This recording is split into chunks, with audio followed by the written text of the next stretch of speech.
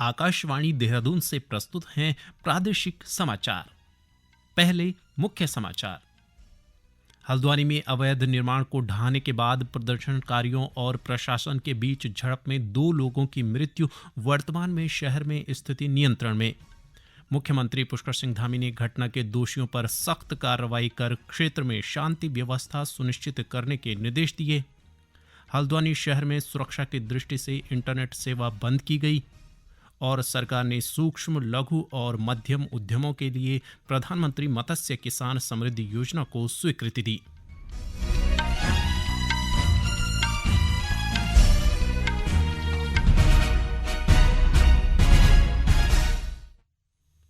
नमस्कार, दोपहर समाचारों के साथ मैं संजय भंडारी।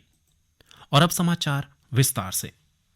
नैनीताल जिले के हल्द्वानी में कल रात अवैध निर्माण को ढहाने के बाद प्रदर्शनकारियों और प्रशासन के बीच झड़पें हुई। जिलाधिकारी वंदना ने बताया कि इस घटना में 2 लोगों की मृत्यु हुई है। जिला प्रशासन ने इलाके में कर्फ्यू लगा दिया है और कानून व्यवस्था बनाए रखने के लिए अतिरिक्त सुरक्षा बलों को लगाया गया है। मुख्यमंत्री पुष्कर सिंह धामी ने उच्च स्तरीय बैठक कर घटना के दोषियों पर सख्त कार्रवाई कर क्षेत्र में शांति व्यवस्था सुनिश्चित करने के निर्देश दिए हैं। हल्द्वानी के बनभूलपुरा क्षेत्र में न्यायालय के आदेशों के क्रम में प्रशासन की टीम अवैध अतिक्रमण को हटाने गई थी। वहां पर कुछ अराजक तत्वों के द्वारा पुलिस के साथ झड़प हुई है, पुलिस के साथ संघर्ष हुआ है वहां पर, और कुछ पुलिस के लोगों को, प्रशासन के लोगों को चोटें आई हैं। कर्फ्यू लगा दिया गया है और जो भी इसमें दंगाई होंगे, जो भी इस प्रकार का अतिक्रमणकारी होंगे, जिन्होंने आगजनी की है, उनके खिलाफ कठोर कार्रवाई की जाए। इस बीच राज्य के मुख्य सचिव राधा रतूड़ी और पुलिस महानिदेशक अभिनव कुमार ने प्रभावित क्षेत्र का दौरा कर स्थिति का जायजा लिया। पुलिस महानिदेशक ने बताया कि स्थिति नियंत्रण में है। इस घटना में कई पुलिसकर्मियों और प्रशासनिक अधिकारियों को चोटें आईं और उन्हें अस्पतालों में भर्ती कराया गया है। उन्होंने कहा कि घटना में शामिल लोगों की पहचान की जाएगी और उन पर कार्रवाई की जाएगी। एमएचए से इसमें अतिरिक्त पुलिस बल की मांग भी की गई और 4 कंपनी हमें एडिशनल सेंट्रल फोर्सेस भी तत्काल एमएचए द्वारा उपलब्ध करा दी गई हैं और अभी फिलहाल स्थिति वहां पे नियंत्रण में है। सुरक्षा कारणों से हल्द्वानी नगर क्षेत्र में कर्फ्यू लगाया गया है। विकासखंड हल्द्वानी के कक्षा 1 से 12 तक के सभी विद्यालय आज बंद रखे गए हैं। एहतियात के तौर पर शहर में इंटरनेट सेवा बंद कर दी गई है। गौरतलब है कि कल दोपहर बाद हल्द्वानी के थाना बनभूलपुरा क्षेत्र में अवैध रूप से सरकारी जमीन पर बनाए गए धार्मिक स्थल को नगर निगम के दल ने ध्वस्त कर दिया था। इस कार्रवाई के विरोध में बड़ी संख्या में अराजक तत्वों ने अतिक्रमण हटाओ अभियान टीम पर पथराव कर दिया। इसमें कई अधिकारी, कर्मी, पुलिसकर्मी और पत्रकार घायल हो गए। इस बीच मुख्यमंत्री पुष्कर सिंह धामी ने बनभूलपुरा क्षेत्र में शांति एवं कानून व्यवस्था सुनिश्चित करने के लिए अतिरिक्त महानिदेशक कानून और व्यवस्था AP अंशुमान को प्रभावित क्षेत्र में कैंप करने के निर्देश दिए हैं। मुख्यमंत्री ने अवैध निर्माण को हटाए जाने के दौरान पुलिस व प्रशासन के अधिकारियों एवं कार्मिकों पर हुए हमले तथा क्षेत्र में अशांति फैलाने की घटना को सख्ती से लेते हुए अराजक तत्वों के विरुद्ध सख्त कार्रवाई को भी कहा है। इस बीच जिलाधिकारी ने बताया कि पिछले काफी लंबे समय से हल्द्वानी में सरकारी परिसंपत्तियों पर अवैध कब्जे को हटाने के लिए अतिक्रमण मुक्त करने का अभियान चल रहा है। उसी क्रम में अपंजीकृत धार्मिक स्थल पर भी कार्रवाई की गई। कोई आइसोलेटेड एक्टिविटी नहीं थी, ये कोई एक ही परिसंपत्ति को टारगेट करके करी हुई एक्टिविटी नहीं थी। ये पूरे काफी लंबे समय से हल्द्वानी के अंतर्गत सरकारी परिसंपत्तियों को अलग अलग क्षेत्रों में बचाने का, सुरक्षित करने का, अतिक्रमण मुक्त कराने का अभियान चल रहा है। उसी के क्रम में इस प्रॉपर्टी पर, जो कि खाली प्रॉपर्टी है, जिसमें 2 स्ट्रक्चर्स हैं जो कहीं पर भी ना तो किसी धार्मिक संरचना के रूप में रजिस्टर्ड है, ना ही किसी प्रकार से मान्यता प्राप्त है, क्योंकि कथित रूप से ये एरिया मलिक का बगीचा नाम से जाना जाता है, जबकि कागजों में जो डॉक्यूमेंट्स हैं, दस्तावेज हैं नगर निगम के, वहां मलिक का बगीचा के नाम पे दर्ज नहीं है, नगर निगम की नजूर भूमि के रूप में दर्ज है।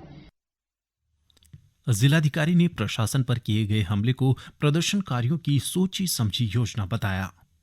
पत्थर बरसाने शुरू करे गए चारों तरफ, जो छतें हैं उनके माध्यम से। मैंने आपको 30 तारीख की फुटेज दिखाई, किसी छत पर कोई पत्थर। तो जिस दौरान ये सारी विधिक प्रक्रिया चल रही थी, जब हम सुनवाई कर रहे थे, माननीय उच्च न्यायालय सुनवाई कर रहा था, तो छतों पर पत्थर उस दौरान इकट्ठे करे गए।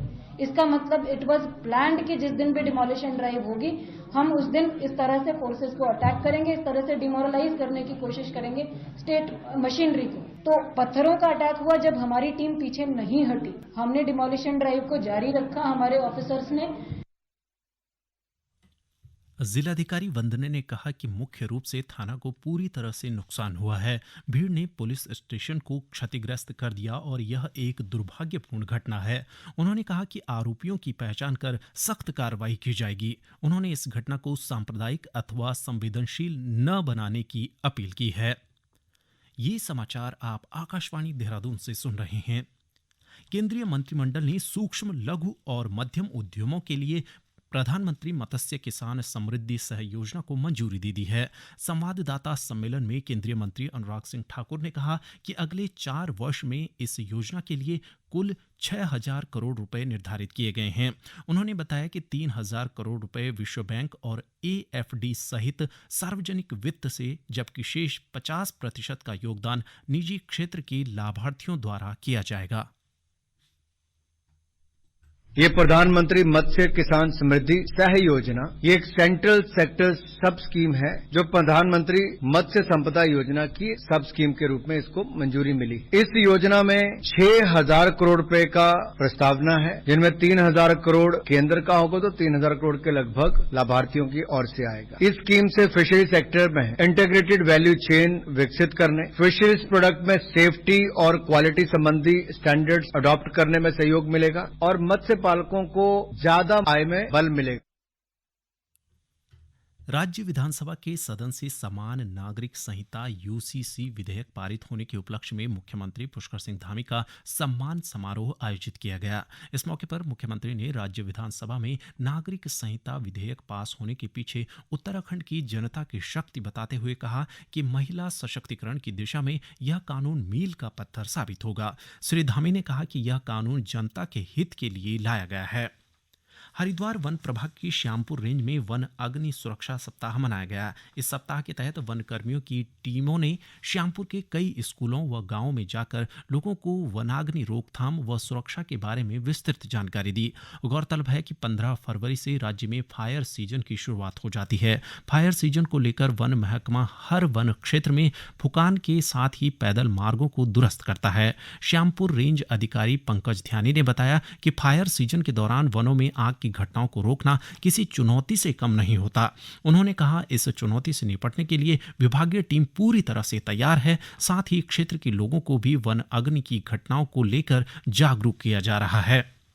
उत्तराखंड के 4 जिलों में विकसित भारत संकल्प यात्रा उत्साह के साथ जारी है। इसी कड़ी में देहरादून के कोलागढ़ और चक्कू मोहला में कार्यक्रम का आयोजन किया गया। इस दौरान बड़ी संख्या में लोग उपस्थित थे, जिन्हें सरकारी योजनाओं के बारे में जानकारी दी गई।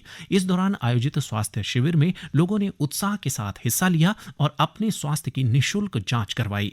यात्रा के दौरान लोगों ने देश को वर्ष 2047 तक विकसित राष्ट्र बनाने के लिए सहयोग देने की शपथ भी ली। गौरतलब है कि पिछले साल नवंबर में शुरू हुई विकसित भारत संकल्प यात्रा पर उत्तराखंड की जनता ने जबरदस्त प्रतिक्रिया दी और इसी को देखते हुए इस यात्रा को देहरादून, हरिद्वार, अल्मोड़ा और चंपावत में 25 फरवरी तक के लिए बढ़ा दिया गया। और अब संक्षिप्त में समाचार। मुख्यमंत्री पुष्कर सिंह धामी 2 दिवसीय दौरे पर कल चंपावत पहुंचेंगे। वे 11 फरवरी को मुख्यमंत्री लोहाघाट नगर में रोड शो करने के साथ ही जनसभा को संबोधित करेंगे। कुमाऊं विश्वविद्यालय ने गुरुवार को परीक्षा सत्र 2023 में पंजीकृत विद्यार्थियों की BFA पेंटिंग के दूसरे सेमेस्टर की व्यावसायिक परीक्षाओं के पंजीकृत परीक्षार्थियों के परिणाम घोषित कर दिए हैं। परीक्षा परिणाम विश्वविद्यालय की आधिकारिक वेबसाइट पर देखे जा सकते हैं। अंत में मुख्य समाचार एक बार फिर।